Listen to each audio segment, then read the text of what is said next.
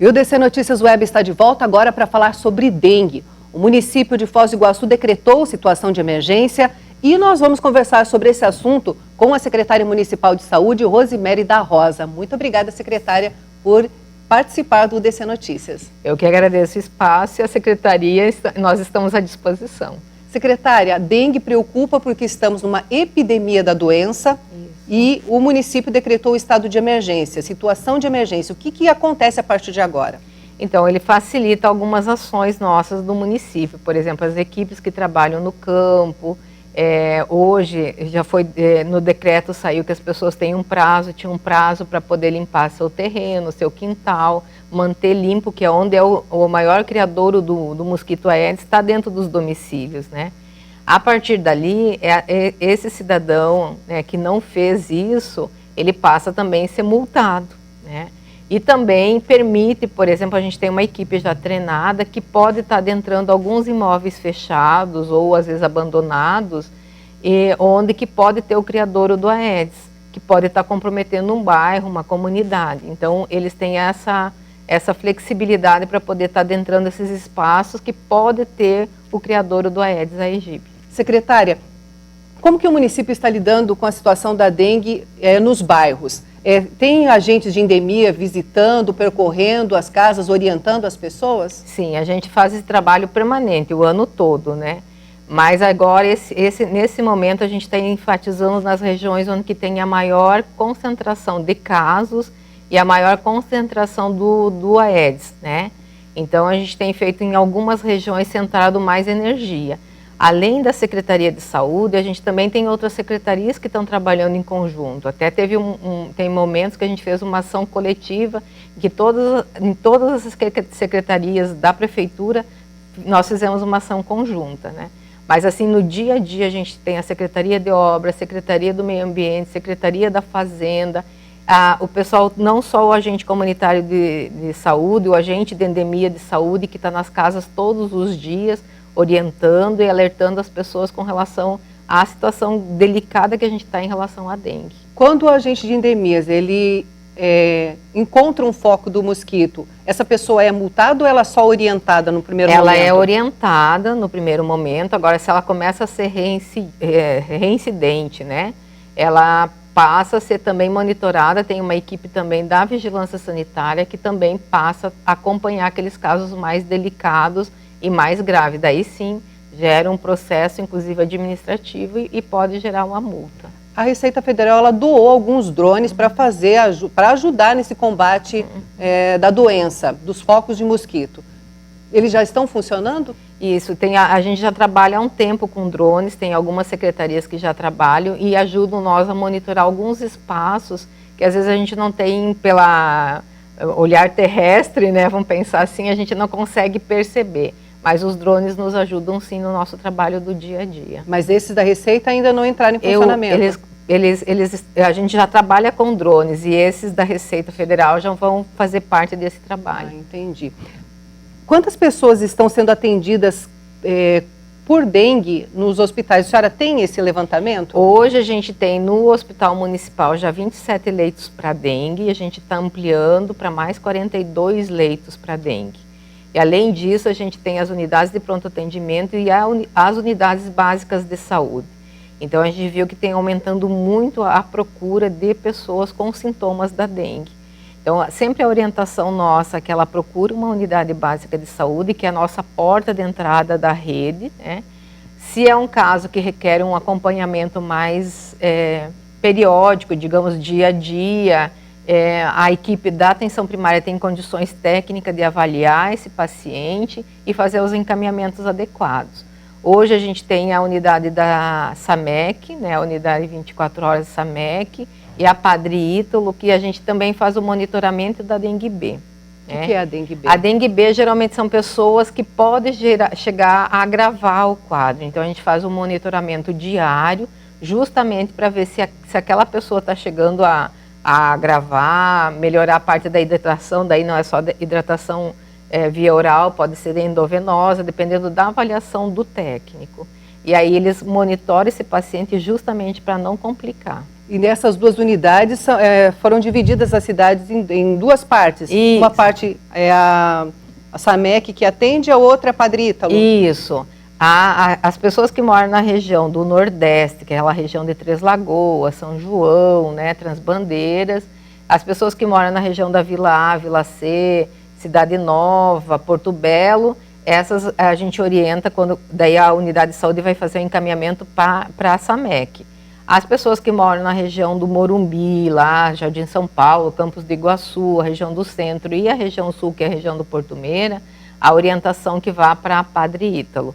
Mas sempre o encaminhamento da unidade de saúde, que eles vão saber se aquele quadro é dengue A ou dengue B, né, ou no caso dengue C, D, a C e D a gente encaminha sempre para um hospital. O que é importante... A C e D seriam as mais graves. Isso, a D é a mais grave e a C vai para uma unidade hospitalar para justamente fazer o monitoramento dela. E o que é importante as pessoas ajudar a saúde nesse sentido, porque muitas vezes eles procuram as unidades de saúde 24 horas. Claro que às vezes for à noite, final de semana, a gente entende isso. Mas durante a semana não, por quê? Sobrecarrega essas duas unidades e essas duas unidades elas estão preparadas para atender os casos que requerem uma atenção maior. Então, quando a gente vai atendendo muito dengue A nessa unidade de saúde, a gente faz uma pressão muito grande de atendimento. Então, tem uma sobrecarga muito grande para essas equipes. E a fila de espera para internamento, para dengue ou não? A gente tem sim uma demanda, porque a gente não tem só a dengue circulando, a gente tem as outras doenças. Então a gente começou com 10 leitos, já ampliou para 27 e vai aumentar para mais 42 leitos. Então assim, às vezes requer um pouquinho de atenção, a gente fez uma reorganização também para poder ter esses espaços para os internamentos da dengue. O Estado, ele solicitou à União o envio de mais testes e também de inseticida. Inclusive, o município Foz do Iguaçu está fazendo passando inseticida com aquele pulverizador costal. Isso. Esses pedidos já chegaram, Foz? Uma parte já chegou sim, inclusive medicamento, o Estado mandou, né, soro, eles já fizeram um aporte de insumos para o município de Foz. E os exames a gente está aguardando, esses exames que daí no próprio laboratório municipal a gente vai conseguir fazer os exames. E uma preocupação que a gente tem é com relação à chikungunya, né? Então, é nesse sentido assim que a gente também está pedindo apoio para ter esses kits para poder fazer os exames já aqui no laboratório municipal. Quantos casos confirmados de chikungunya a gente já tem aqui em Foz do Iguaçu? 33. 33 casos? 33 casos. E alguns ainda estão em avaliação ou ainda não? Laboratorialmente a gente já tem 33 confirmados. A gente tem os suspeitos, né? Daí eles são encaminhados também para exames. A preocupação também é porque no Paraguai, muito perto aqui, epidemia.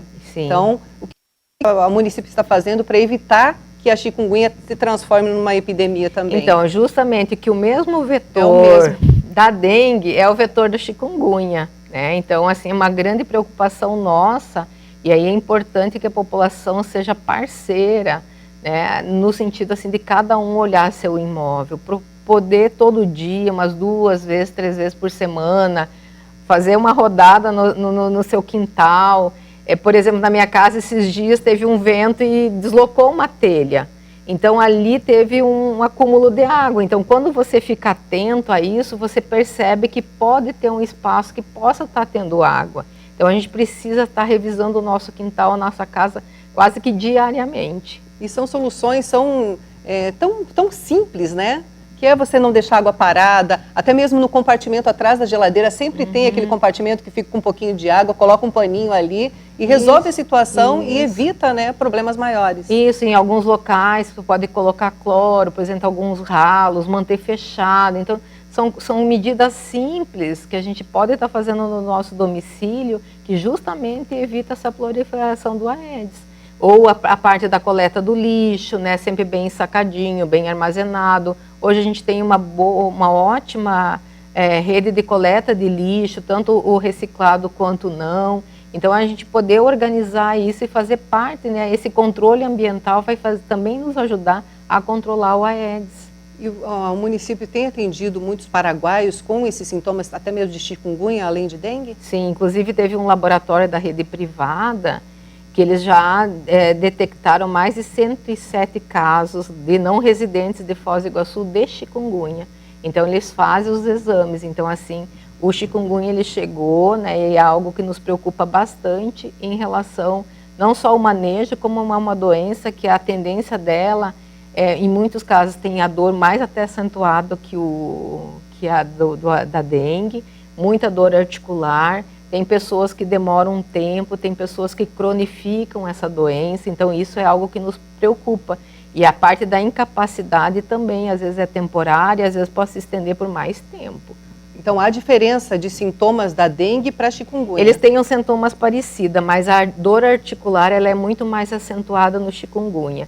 E aí as pessoas, todos que tiveram, manifestaram muita dor e pessoas têm dificuldade de trabalhar. Então, alguns demoram 2 meses, às vezes alguns demoram mais tempo para poder passar o processo infeccioso. E o município está conversando com os profissionais de saúde, com municipais lá, né, para ter um trabalho conjunto? Sim, inclusive a gente já fez orientações, já tem um tempo que a gente faz um alerta em relação ao chikungunya, monitorou tudo que ocorreu no Paraguai.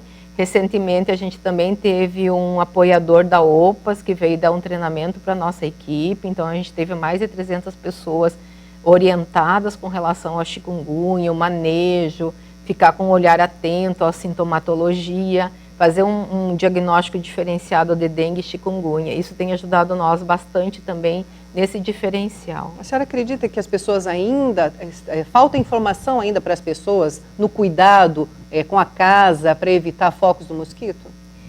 Eu não sei se falta assim, mas acho que a gente tem que criar o hábito, né? Eu acho que esse hábito do cuidar da nossa casa, eu sei que às vezes a gente chega em casa cansada, né, de um dia longo de trabalho, tem várias tarefas do dia a dia, mas colocar essa atividade um pouquinho, né, nesse sentido assim de fazer esse cuidado com a nossa residência. Dever de casa. Exatamente, porque ali não está só comprometendo eu e a minha família, né? Está comprometendo meus vizinhos. Então está comprometendo várias pessoas. Às vezes nós temos uma família que tem pessoas saudáveis, mas o meu vizinho pode ter uma pessoa que tem uma comorbidade, seja um idoso ou uma gestante. Então a gente tem que também ter esse olhar coletivo, essa preocupação coletiva, não só individual. Quando a gente passa a pensar no coletivo, a gente também tem esse cuidado coletivo, que isso é muito importante entre nós, né, seres humanos, em todos os sentidos, né? Secretária, muito obrigada pela sua participação aqui no DC Notícias Web. Volte sempre. Eu estou à disposição e eu que agradeço o espaço.